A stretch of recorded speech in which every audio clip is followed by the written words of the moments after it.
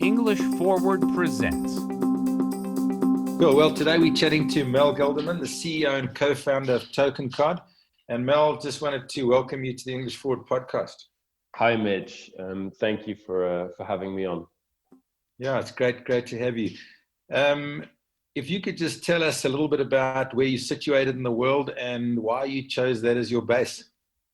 So we are in very warm today, London, in England, because about 3 years ago we incorporated the company, but we started it originally in Taiwan, and then when things got really serious, we had to decide where in the world would be best to build the best team we could. And London really came out on top because it has both incredible expertise in both technology and finance, which is quite a unique combination if you compare it to other places in the world, such as New York, which only really there's a lot more finance than tech, or Silicon Valley, which only has tech really.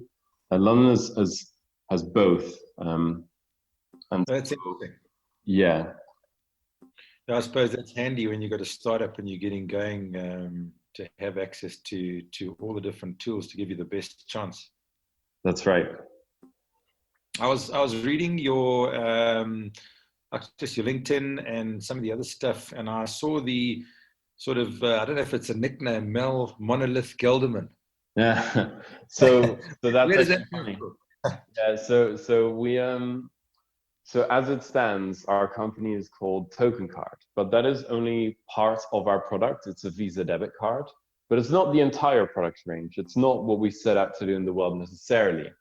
And Okay. so we're basically zooming out. We're doing a rebrand at the end of this month where we're zooming out and we're calling ourselves something different, which is Monolith, which indeed, I guess that's an early spoiler, but yeah. And so, would Token Card then just be part of that ecosystem? Yeah, correct. So it'll be part of the product line. The problem we've had so far is we've built this amazing state-of-the-art Ethereum wallet, and I can talk about that all day. But then the moment I mention the card, the Token Card, everyone forgets about the part where we built this really amazing wallet that's more secure and more advanced than any out there. And Okay. so the one of the products just dominates the attention, and that's just not really very useful. Okay, well, you're going to have to guide me with some sort of thoughts around that, because a lot of the ideas and things that I wanted to chat about were around Token Card. Yeah. But if you're happy to share, what you're going to be doing in the future, then just guide me. I'd love to chat to you about it. So what we've built basically a decentralized bank replacements platform where you have a wallet where you can store your funds in your own control, right? So it's decentralized. You're not giving it to us like you are with, say, Coinbase, or with a regular old world bank, or with any other card in our industry. And then we attach to that decentralized wallet, so that de facto decentralized position, we attach services, of which the Token Card is one of them, which is a Visa debit card. Okay. That means that we've built essentially this decentralized banking type experience, where you hold your funds yourself, right? The company could literally disappear from the face of the earth tomorrow, and all of our users will still have their funds. And then we make available to them services, some which are centralized, some which are decentralized, basically allowing people to build a life, a proper life in this new economic paradigm that crypto is building, right? Specifically, we're building on Ethereum, which is giving rise to decentralized finance, DeFi. And we think that with our platform, a person can actually put their tokens where their mouth is, right? We all believe crypto is the future. Well, but no one's actually living it. Well, with our platform, you can actually live it. You can Interesting idea. turn off your bank accounts and live purely in a decentralized world. And as more services come up in the DeFi space, in the Ethereum economy, we call it, you'll be able to like replace your insurance and your lending platform and all this other stuff with decentralized versions. So Mel, if I had to ask you, life on Ethereum, what does it actually mean? What does it look like practically now, right now? What could I do? So indeed, this is a trip, right? So we're not quite at the destination yet. So our goal is to have a full life on Ethereum, maybe by like this time next year. Okay. Like you can like replace your insurance, as I said, and lend money from this platform. But as it stands today, our platform is, as I was describing, a decentralized wallet that operates the Ethereum network, right? So you can store any ETH and ERC20 token or collectible in your wallets, and a Visa debit card that allows you to immediately top up with any Ethereum token and spend it in the real world anywhere a Visa is accepted, which is virtually everywhere except for like, some parts of China. Okay. And so with that, with what we have now, this decentralized wallet together with a Visa debit card, a person who has a lot of Ether or a lot of tokens on the Ethereum network can actually start to live off of this stuff day to day, right?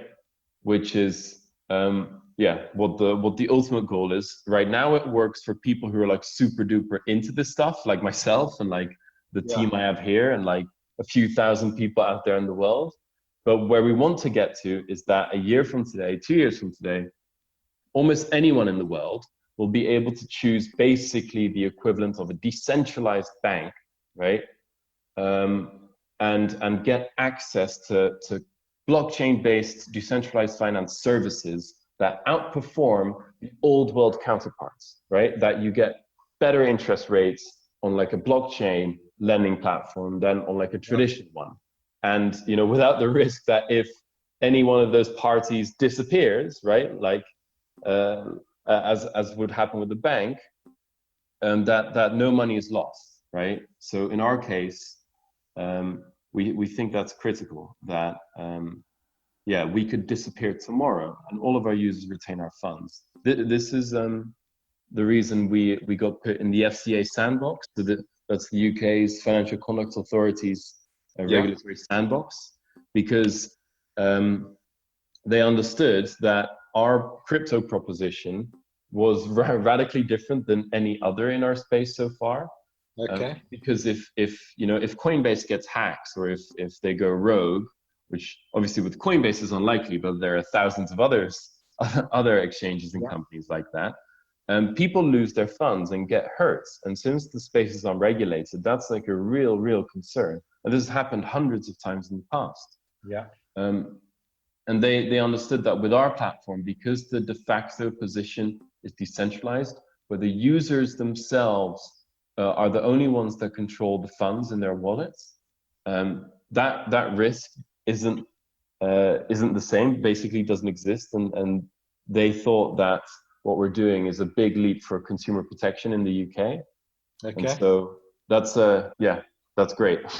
Yeah, I think it's a brilliant idea, because just thinking off the top of my head, trying to get people to use it, I suppose you've got to connect to centralized world thinking, something like a Visa card, for example. We all used to using them for many years. Exactly. If you can use it in everyday life without even knowing that you're interacting on the blockchain, so that user experience and the actual education to get people there is a lot shorter than trying to re-educate them on the whole blockchain process. That's a wonderful idea. Yeah, precisely. We don't want to have, we want to build an experience where people can don't have to change their habits to be able to use it, right? But get all the upsides of what this new economic paradigm has to offer. That makes 100% sense. So what gave you the idea? Well, good question. So about it's a long time ago now, maybe like 6 years ago, I was one of the first people that was like so incredibly passionate about Bitcoin, which was the only real thing back then, that I like literally quit university and started to travel the world without a bank account. I canceled my bank accounts and I started to travel the world with just a Bitcoin wallet on my phone. Incredible. And basically within a week, I'd like kind of figured out that this was not going to work, that it was like, we were promised the future of money, but living a life on Bitcoin was a pretty hard life. And so I would have to use all kinds of services to like, meet with people who would like buy Bitcoin from me, and they would then give me like Taiwan dollars, for example. That was called local Bitcoins back in the day. In my that's incredible. It's must be quite a challenge if you're trying to get hold of a pizza and you can't find anybody to give you some dollars. Exactly. And so basically that's where the original idea for Token Card stemmed from. Because I actually fundamentally believe that we're on this, grand economic shift towards this much better futuristic world. But for people like me who actually believed in it, we couldn't do much more than just trade it and like, hold it, right? There's no way to actually live it. And so without like compromising stuff, without like, giving your crypto to Coinbase or to Zappo or to Wirex, right? Which is fundamentally opposed to the ideas that crypto stands for. Yeah. So, so basically I wanted to build a service where you would not give up your crypto, where you'd retain full control of it yourself, but still be able to live the life that you want to live, right? Pay everywhere with your crypto. Because even like 6 years from when I tried this, adoption of Bitcoin has barely moved, right? Mm-hmm.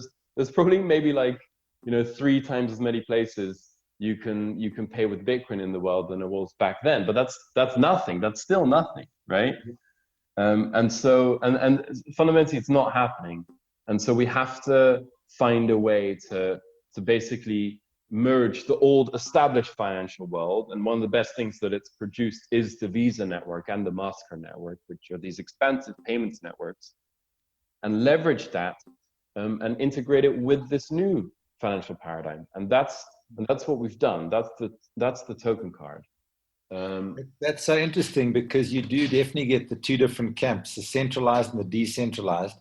And you've obviously had your adventure out into completely decentralized with your Bitcoin adventure, and then found that there's a middle ground. And that's where most of the actual consumers are sitting ultimately, is if you can connect, what they know with decentralization, you've actually got a winner.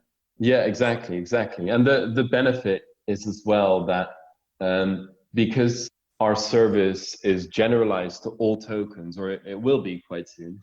Right now, the card only accepts 5 different tokens. Okay. But very soon it'll be almost everything on the Ethereum network. That means that you can basically be paying in gold or something, like tokenized gold or tokenized Mona Lisa or tokenized Tesla stock, right? Something you'd have a hard time doing if the store only accepted Bitcoin or only accepted Litecoin or something, right? So even like on a payment level, it's very unlikely the store would ever be accepting, like Spank Chain tokens or something. Yeah. Yeah, and it's interesting, because I love that idea of making it super simple, and then everybody can actually get involved. But can I ask you something? I just want to shift gears a little bit. You've got some really interesting ideas and some ways that you actually see the future. If I had to ask you, who is Mel Gill Demand and what does he stand for? What did you say to me? Well, good question. So I think I fundamentally care most about like transcendental change and technologies that can make that happen. That's what like gets me really excited. And I think back in the day, this was like other types of technologies. Like when I was really young, I was like involved in like algae biofuel, which I thought could like save the world. And then at some point it was rockets and like. They've always been on a mission. Yeah, always been on a mission. And then at some point mission man. Yeah. And then, cool. and then at some point I discovered Bitcoin, and it was like the most amazing thing ever, because what Bitcoin promised was like an actual change on a fundamental a fundamental level in society itself. So like, you know, the root cause of most troubles in the world stem from the way our economies and governments and stuff like that work. And here was this new technology that fundamentally proposes to completely change the root of how everything works. And so I knew that Bitcoin and whatever would come out of it, right, would be basically one of the most powerful technologies in like the 21st century. The one that would, you know, we could literally have like this moment where we say, you know, this was before Bitcoin and this was after Bitcoin, if we're, you know, going to make it a bit religious. Yeah. And so later this evolved into Ethereum. I was one of the first people to really get involved with Ethereum back when it was announced and when it went live, because Ethereum was clearly to me the next step. Like it was like quite this groundbreaking moment for our industry. The first time that a new technology had really been introduced, which merged Bitcoin's blockchain pioneering technology with the idea of a virtual machine. And that is what really solidified for me that we can build this whole new, you know, financial, socioeconomic paradigm basically on Ethereum. Because with Ethereum, we could actually build applications on the blockchain rather than just peer-to-peer transactions, which is what Bitcoin was about. With Ethereum, we could build entire organizations and you know, we're now calling them dApps, right? Decentralized applications. And this could literally be anything. It's a green field. So we're now seeing the birth of the first like really good dApps, such as MakerDAO and Compound, one of which creates a stable coin, right? Which is entirely decentralized, called DAI, which is, you know, pegged to the dollar. Although originally it wasn't supposed to be pegged to the dollar, but this is just me being nostalgic. And Compound, which is an interest platform, where basically we're starting to witness the birth of a decentralized finance economy. Forget fintech, right? Fintech is all the rage here in London. We've got Monzo and Revolut and TransferWise and all these amazing companies, but fundamentally they're just a small upgrade from old world finance, right? Most of them have just built like really nice fancy apps and stuff like that. But what decentralized finance promises is a fundamental shift in how the economy can work. And that's amazing. That is the banking experience we're trying to build. One that optimizes for decentralized finance, where you know that if you download our app, now the token card app, but in the future the Monolith app, that you will get access to decentralized finance applications that outdo all the traditional and all the fintech equivalents. And that you'll be able to live your life without like any like hassle, right? Without not being able to pay or stuff like that. You know, you'll be able to live the same life you've always lived, but have access, global access to much better services and fundamentally remain in full control of your own funds, rather than giving it up to some dodgy company you don't trust or some dodgy bank that's going to invest it in stuff that you don't believe in. Yeah, look, I think self-sovereignty is definitely the way that the future's got to be. Just transparent and honest, and then people actually have control. Yeah, it's amazing. I mean, it's like the internet in the 90s, where we're all starting to dream and see this new future that's possible. It just needs to be built. And then the world will see how amazing it's going to be. Yeah, it's incredible, you know. But when you think about you know, creating adoption and getting people to adopt what you're doing, I like what you said about it being a seamless transition, that people using things that people actually understand already, because it makes it much easier to get from something that's a bit ethereal to something that's practical. Yeah, exactly. What are some of the challenges that you see specifically with blockchain adoption?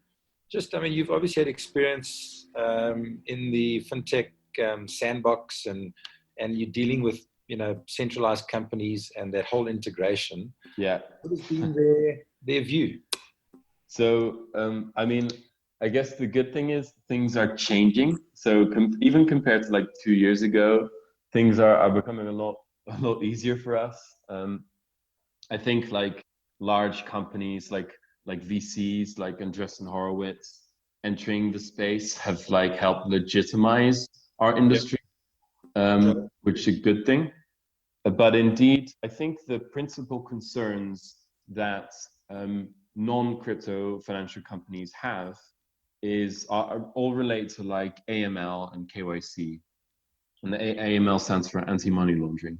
Okay. So, and KYC is know your customer. So basically about making sure that the money that they're helping process, right? So we work with Visa, we work with, a number of services on the back end that the customer doesn't necessarily see, but they need to, these companies need to be sure that we're not, facilitating like, money laundering and all this dodgy stuff that they think, crypto, may or may not be about. And so a lot of the work we've done over the last 2 years has been to make sure that these companies understand that the way we're doing stuff, the practices we're applying, make sure that the risk is, potentially even lower than like a traditional finance company. And so, for example, even though we don't have access to the user's funds, there's physically nothing we can do to like seize someone's money. We can trace its origin, right? Because the blockchain is open, right? You can see every transaction that happens on Ethereum. That means that if a user has sent money into their wallets, that we can see where that money came from. And so we have an analytics tool, right? That's always running, that if a user sends funds in, we check, oh, is that like from a known scam address or from like a hacked exchange address or anything like this. 99.9% of the time it's not, obviously, and everything's great. But every once in a while there'll be someone signing up who's like indeed trying to like liquidate their dodgy funds, and then we like make sure that they can't use our card. And so this is like it's because of services like this that we've built that Visa is happy to work with us, because fundamentally on the blockchain we'll have better anti-money laundering than in the traditional finance world. Because for example, if you have a Revolut account, which is like a really big new challenger bank here in Europe, I've seen them, Revolut can only see money coming from, let's say, your HSBC accounts. They can't see all the like steps that happen before that, right? Going into your HSBC account. They can only see the final step to Revolut. Whereas on the blockchain, we can see, an infinite amount of steps all the way back to its origin. And so potentially the blockchain actually does money laundering, anti-money laundering much better than a traditional service could. And so this is like the journey we've been on with Visa and with all of our other partners, to get them to understand that ultimately, this is like safer to your business, because the provenance of funds is entirely transparent. And Mel, considering that all transactions are actually publicly available on the Ethereum network, how do you handle privacy issues? Yeah, so that's a great question. So this is a very real concern. So in our company, everyone has a token card, obviously, and we're like maybe like, so most people get some percentage of their salary in crypto, but indeed, if people were to do 100% and someone else would know their address, which would be quite easy really to figure out, there's not a lot of privacy, right? So, someone else would be able to see another employee's salary. And so this is like a serious thing we have to solve before, it really becomes like, friendly to like the public. And so in London, there's this other project called Aztec Protocol. Okay. And they've been building, well, as it stands, they're being like kind of seen as the most cutting edge project as far as like zero knowledge proof on Ethereum goes. And so our idea is that in the next year, we'll be integrating Aztec Protocol into the users' wallets, which means that like most of the stuff, a person will be able to see how much goes into the wallet, but they won't be able to see how much is already there, for example, or how much they're spending, for example. So it's like, it's not quite a black box, but it does get a lot closer to a black box. And so this like definitely upgrades like the privacy here significantly. Well, that sort of takes out a couple of pieces of the puzzle, so you don't really get the full picture, which is great. If it's a lot of guesswork involved, which makes it a lot more private. Exactly. It's interesting you're saying you're already paying your employees, with tokens. How does that actually work? So I think the biggest thing is that so in the UK you have pay as you earn, which is just the tax on. Yeah, we have the same thing. I think we got it from the Brits. Yeah, probably. And so what we do is we pay people the tax ourselves beforehand, and then the net pay, everything that's left, they can like choose. Do they want like 50% in pounds and 50% in crypto? Do they want like 75% in crypto? And then in what token? Currently they can choose from Ether, from TKN, our own token, and from DAI. Okay. Yeah. And in the future we'll be adding Digix Gold as well. Okay. So yeah, it's how do you, with a fluctuating asset, how do you calculate an exchange rate? So the way it's done is the day that the salary would be paid, and we take the day rate. So indeed, in the case of ETH, or in the case of our own token, which are both quite volatile, we make sure that there's like very little delay between the rate being like selected and the person being paid. And is that just the straight bank rate? Yeah. We're paying like so let's say a person were to have like a £3,000 salary, and they want £1,000 of that in Ether, then it's no matter what the Ether rate is, they'll be getting on the payday £1,000 worth of Ether, right? Which one month might be 5 ETH, the next month might be 3, right? Okay. And we do the actual exchange rate, obviously. Yeah, I suppose you have to peg a day and make it consistent, because then it's the same every time and it works for everybody. Would that be correct? Yeah, correct. Yeah. And do your employees, do they choose how much they can get paid, or whether or not? How do you sort of work out what percentage of their salary to pay them? Yeah, no, they can choose themselves. So about maybe like so we employ currently 23 people. Okay. The 23, I think maybe like 7 or 8 are people who themselves were like super into crypto before they joined. Okay. And so what we kind of see is that those people who've like been into this, a long time, like get much higher percentages of their salary paid in crypto. And then the people who are like newly joining this industry are like a bit more conservative. But we want everyone to feel comfortable, because ultimately we want to build, a product where we don't have to force people to like take all their salary in crypto. They choose it themselves because it is decidedly better than like getting money in pounds, right? Yeah, it's interesting. It's almost like a community token, like they have in parts of Africa, where you have a spending token and a saving, or a spending currency and a saving currency. Yeah, that's cool. Which is very cool. So and I suppose you would choose how much fiat you'd need to cover your expenses, and then your crypto would be the money that you would use to either buy, sell crypto, do whatever you need on the networks that are available, until more goods and services come onto crypto, and then you have more diversity and more options. Yeah, indeed. Hopefully in the future it makes sense for someone to be 100% in crypto, because the currency that they might hold on the network will be more stable than say the pound or the euro or something, right? So even if you're all about like stability and don't care about speculation, then we should still make sure that it's the right choice, especially if you can then take that, let's say DAI, and put it into something like compound finance, which is giving you like 13% interest per year. Yeah, exactly right. So Exactly. Makes a massive difference, doesn't it?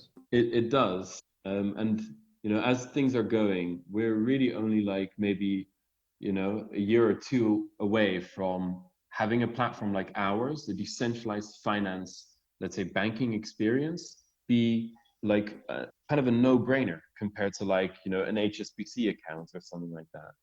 And we've waited in our industry for a decade now for this stuff to be useful, and it's actually finally happening. It's on the brink of it happening, and so it's really exciting. Well, I think your catchphrase, living a life on Ethereum, is wonderful because it encapsulates a great scenario for people where they'll be in a real sort of step forward, a great advantage. Yeah, I mean, just imagine, like, there's only like maybe 10,000 people in the world who even like really get what that might mean, this whole decentralized finance life. But imagine, what the world is going to look like if this actually catches on like a big level. We're literally going to see people basically become their own banks, right? Where people are withdrawing money from, let's say in the UK, we have 5 big banks, right, that hold 99% of people's assets, right?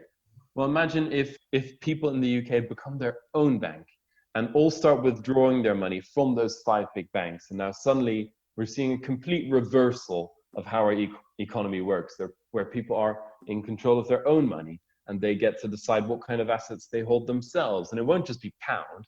Everyone's holding pound today. Yeah. You're going to be holding maybe 50 assets, right? In stuff that you actually believe in, like in green energy and like IoT and in like real estate of a certain part of the world.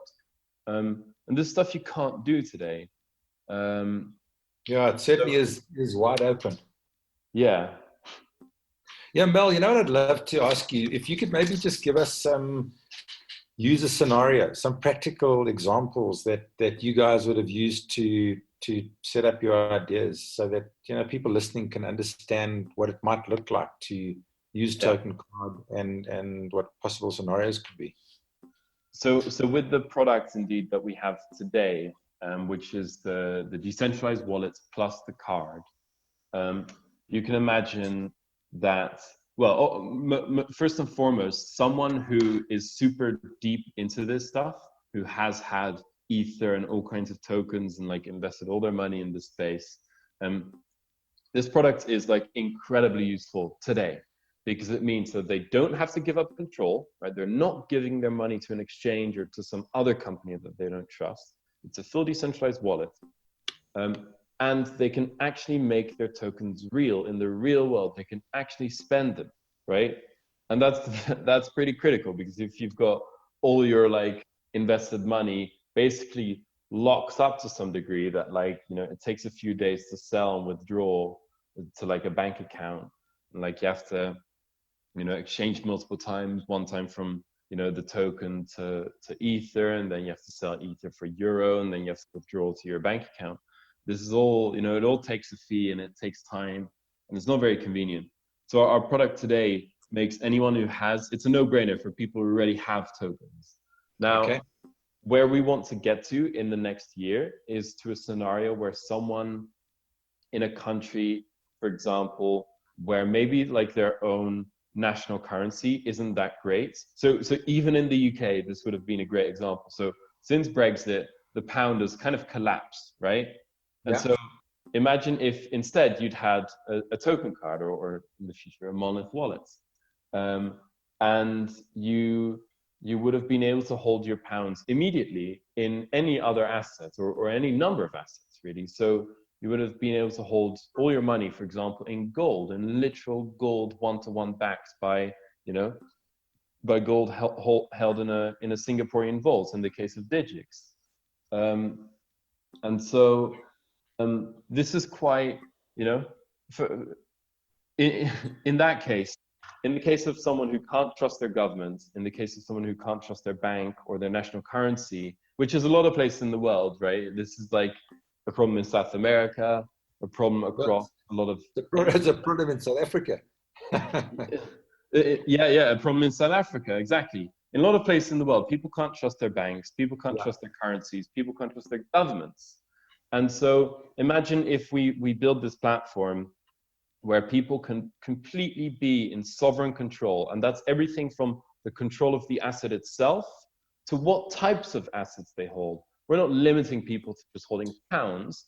People can hold any asset that exists in the network, which a year from today will be thousands of types of things, right? We can only imagine what it's going to be like 5 years from today. It could be pieces of the Mona Lisa in your wallet, right? That's insane. It is. Yeah. And so, fundamentally, it's a product that just puts people in total control of their own financial life, of their own financial destiny, which is fundamentally what control is all about in our modern society, right? Obviously, it doesn't end there. So this is just the vision we have, like very practically in the next like 1 or 2 years. But ultimately, where this leads to is that you'll be able to, our wallet will be this tool to manage your life like completely, right? So I don't know if you play video games, but our lives will become a lot more like how you open your inventory in like Skyrim or in like or something, where you open your backpack, your digital backpack, and you have all your swords in it, and like your potions and like your cabbages and maybe like your skill points and whatever. That's what our modern day lives are going to be like as well, where in your wallet, in your like future digital wallet, right, on Ethereum or whatever like succeeds Ethereum, you'll not just have like your pounds and euros. You'll have assets that are like really financially minded, such as gold, such as Apple stock, such as any fiat currency token maybe. But not just that, you'll have the ticket that represents your seat on like a flight you bought. You'll have your Netflix subscription will be a token in your wallet that you can like pause and like maybe give to a friend, or like Netflix could literally give you a token because you're such a loyal customer that you can then give to like another friend, right? Which represents like 3 months subscription or something. You'll be able to you'll have a token in your wallet that represents your new Tesla car or something. And then, let's say you want to lend out your car for a day to like your mother or something, you send her like a ghost copy of that token that automatically returns 24 hours later. Or the mind boggles. Hey, it's amazing, the future. Yeah, it's anything. I'm just sitting here thinking about students and thinking about South Africa in particular, and some of the third world countries and developing countries really that I've traveled to, and how difficult it is for people to get forex to pay for education. Yeah, for people living in different parts of the world, studying at different universities, and not just the difficulty of the regulations that you have to go through, etc., but also the cost of the exchange rate and actually buying that forex. Yeah. Essentially, if a student had a card, that's what you're saying to me. If I had a card and I was a student, my parents could send me, and I could actually use those tokens as fiat or whatever in the country that I'm in. Is that correct? That's completely correct. That's wow. Exactly right. That really is amazing. Yeah. So indeed, if let's say in a remittance scenario, someone in the Philippines has a token card, right? They have a decentralized Ethereum wallet, which is attached to this Visa debit card. And let's say their family member, which lives and works in Europe, wants to remit the money, they can literally just send over the Ethereum network from, let's say the Netherlands or from England, straight into their family members, decentralized wallets. Who the one who lives in the Philippines, and the person could be spending it like a minute later, and there's like no fee, there's no like exchange rate, no delay, and there's no bank in between. And yeah, fundamentally, indeed, I think this technology will be it'll be a bit of a breakthrough for the non-Western world, right? Where like in you know all these in the Western world, we've had the luxury of having amazing financial services for years now, right? Like London in particular has the very best fintechs. And this, you know, this literally puts people elsewhere in the world at a competitive disadvantage. Absolutely. If you live in South Africa, you don't have access to the same amazing, you know, like banking services and lending platforms and whatever that fintech has built in London over the last 5-6 years. But the idea with decentralized finance is that access to these tools, access to these decentralized lending platforms and whatever, is completely global, right? There is no barrier to entry.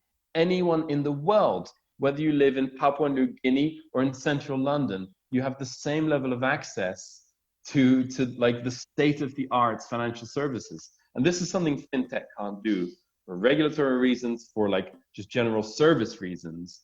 But a smart contract living on Ethereum that is a lending platform or something is available to everyone in the world. And that is like, that's unbelievable. Yeah, it levels the playing field, doesn't it? It completely levels the playing field. And it's literally the best thing you can imagine for a lot of developing countries, where rather than like, you know, like, and I'm not the most informed on this, so take it with a grain of salt, but in a country like Kenya, where you have M-Pesa, which is very great, right? It's like, it's definitely a big upgrade, I guess, from what they had previously. It still like centralizes control, where now there's this one company that, you know, has incredible control over the nation's finances. Instead, with where decentralized finance and Ethereum are taking us, people could literally form, not only could they be their own bank, people could form their own decentralized organizations locally, right? You can literally imagine this decentralized autonomous organization, which represents a specific village or a specific town, or a specific community, and everyone in that community has their own wallet on their smartphone, which has an identity attached to it, a digital identity that they own, and they're all part of this local decentralized autonomous organization, and they're all paying like a small amount of tax per month into it, and then they collectively vote and decide on how that money is used.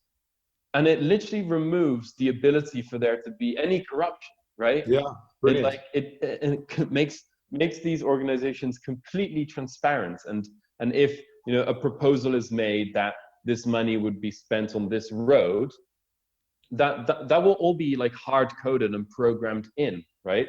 So it's not like last minute someone, you know, who like controls the system can steal it or something. It'll go to what it was programmed to go to. And so, yeah, there'll be just, it'll potentially be an amazing tool for countries around the world to, yeah, just evolve, right? Like even in the West, just imagine if the taxes you're paying aren't going, you know, you don't really know where your taxes are going, you know, you're just paying them and they just kind of disappear in this government black box. Imagine if instead you're literally sending an Ethereum transaction from your wallet to this government smart contract that then literally immediately after that splits it up, where 20% goes to education, you know, 20% goes to healthcare, 15% goes to, you know, whatever. And you can literally follow exactly how this money goes through the government system, and that people from the outside can evaluate and critique and update and like propose new ways of doing things. That's where we need to go to, right? Absolutely. Yeah. So tell me now, practically now, where can somebody use the monolith or token card system, and what are the next steps? So as it stands, our product is available. So the token card specifically, the Visa debit card, is available in the European Union. So that's everywhere in Europe, including the UK, even after Brexit, with the exception of Switzerland, because Switzerland isn't in the European Economic Area, which is a shame because there are a lot of people who want our products in Switzerland. Okay. But yes, the token card is available everywhere in Europe. The wallet, however, itself is available currently on the iOS App Store everywhere in the world except for China. And the Android version of our app is coming very soon. Okay, that's excellent. And with Monolith, you obviously have got a whole lot of other products and services that you're going to be rolling out.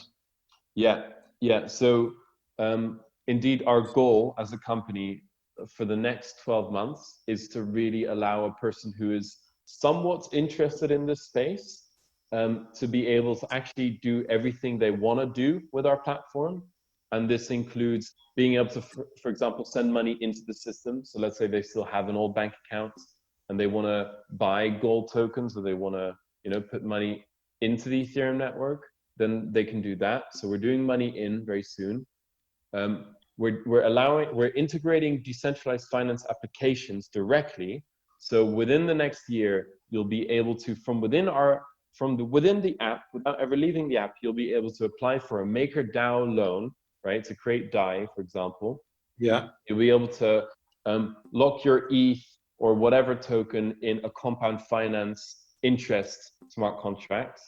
You'll be able to, from within the app, exchange any token through a decentralized swap, such as Uniswap or Kyber or Etfinex. And so to get one token to change a token, obviously. And obviously there's like other stuff that's on the horizon that we just don't even know about yet. Yeah. as amazing stuff are Yeah. coming out, we'll be integrating all of the best into the Monolith wallet. We want to have an experience where people know that if they're downloading the Monolith wallet, all the stuff that's natively integrated is of the highest standards, of a decentralized nature, and like fully audited and all this other stuff. And Mel, from an education point of view, people need to learn about it and find out about what you guys are doing. Where do we get that information? You mean as a company, or about as a consumer now? Let's just say what you've said to me is very exciting. I want to go and learn about it. I want to download the app, but I also need to find out how to use it, what to do, what the options are. Where would I find that info? So indeed, our website is currently tokencard.io. It's moving very soon to our Monolith domain, but it'll redirect. The app is indeed available on iOS right now. So if you type in token card, you can download it and you can apply for a card as long as you're in Europe immediately. And then we have a Discord, which if people are interested in that, you can find that on our website as well. And we have a Twitter, which we're very active on, which is tokencard_IO on Twitter. Hey, that's excellent. Now you've got incredible energy, man. I can just sense it. Your excitement is palpable, and it must be great to be involved in a project like this that you can actually see really making a big impact in the world. Well, look, Mitch, I really hope we can all collectively, as an industry, change the world for the better. I think we really will. We really will. Yeah. Yeah, it's. I think it's funny. I've chatted to so many people in the blockchain space, and I always come away with a sense of renewed enthusiasm because there's so many smart people working on solutions that really can make a difference to millions and millions of people, billions of people. Yeah, and yeah, it's absolutely. wonderful. It really is a wonderful place to be as humanity. Yeah, no, it's things are literally just starting to heat up. It's we're still. I describe it as we're still in like phase 1 of blockchain, where we still live in the age where all the interest is really about like the price of Bitcoin or whatever other coin going up or down. That's not what this industry is going to be about in the future. It's going to be about what crazy decentralized application is completely destabilizing this or that industry and is doing it way better, more efficient, and everyone in the world can access it and be part of it, and no one controls it, right? That's amazing. But we're not there yet. We're like on the cusp of it. Yeah, well, our team, and I look forward to following along with what you guys are doing. Cool. And I'll certainly go and download the app and go and read up more about you. I must say, I did a fair amount of reading beforehand, but after chatting with you, I've got a renewed enthusiasm. And I just want to say thanks so much for being with us today, Mel. Look, I really appreciate the time on the show, Mitch. Thank you. Been great chatting, and look forward to meeting you in person sometime. Absolutely. I'll be in South Africa quite soon, so maybe I'll swing Cool. by. I did send you a LinkedIn invite. Okay. Maybe we can swap Telegram addresses and what have you. When you're out this way, give me a shout. Absolutely. Cool. Okay, thank you. Thanks so much. Have a good day. Cheers. You were listening to an English Forward production, the web's largest Learn English community and Q&A site. Everything you need to understand and improve your English. Visit EnglishForward.com.